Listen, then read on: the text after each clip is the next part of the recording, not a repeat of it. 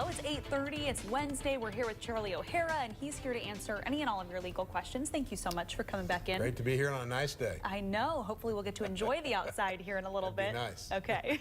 Well, let's go ahead and get to the phones. First caller, what's your question for Charlie? Caller, can you hear us?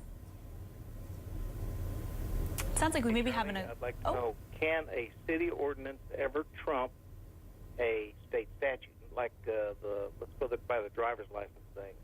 It would be illegal for illegal immigrants to have a driver's license in the state, so how can they be allowed to have a driver's license in the city?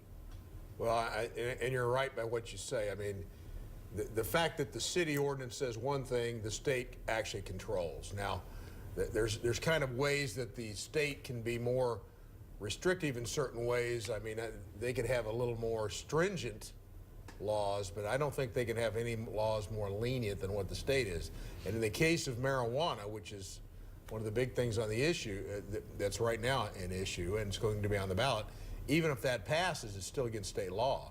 So if that's how the city courts would enforce it, but the state, the district attorney's office, could come in and prosecute each one of those as they wanted as a misdemeanor and give people jail time.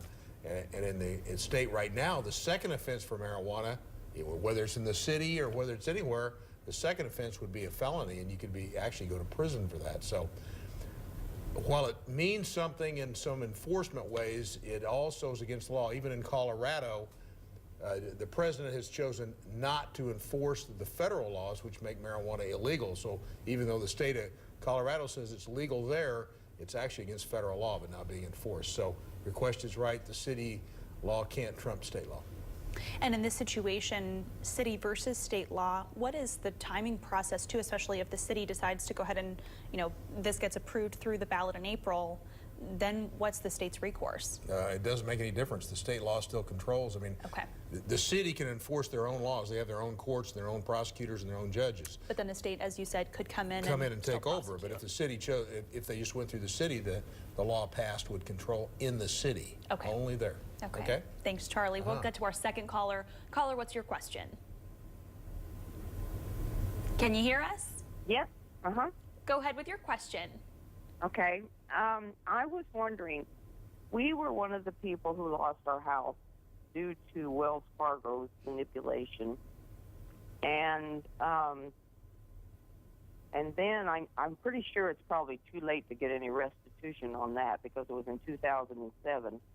But when our daughter went to pharmacy school in Denver, they counted their first-year pharmacy school students as fifth-year undergraduates, and they wanted all the parents to sign Parent Plus loans. Well, our credit wasn't any good, so we ended up taking out payday loans, and I don't know, we probably paid $20,000 to $30,000 in them. So what's your question for Charlie? Well, my question is whether we could possibly get any restitution from them if it's too late or not. Well, I think the quick answer to that is it probably is too late. What happens is you only have a certain amount of time to file lawsuits or civil cases to get money back, and that time usually at most is 5 years and many times 1 or 2 years. So you're probably over the time. Thanks, Charlie. I think we do have one more caller. Let's see if we can get to that phone call. Caller, quickly, what's your question for Charlie this morning? I'd like to know, is it too late after 3 years to go to court and file for grandparent visitation rights? I don't know what the relevance of 3 years is, but there is a statute that allows grandparents to go to court and actually ask for visitation. The judge can grant that in certain circumstances. Obviously, the quicker you do that to keep your visitation going, the more successful you have a chance to be. But usually, if there's a good reason to do that, I don't think there's any limitation on when that can happen. But I would have to check. I don't know. But grandparents now do have the ability to get visitation with grandchildren in certain circumstances. Okay. Charlie, thank you so much for answering our questions. That's all the time we have for today, but if you have a question, you can always call back next week.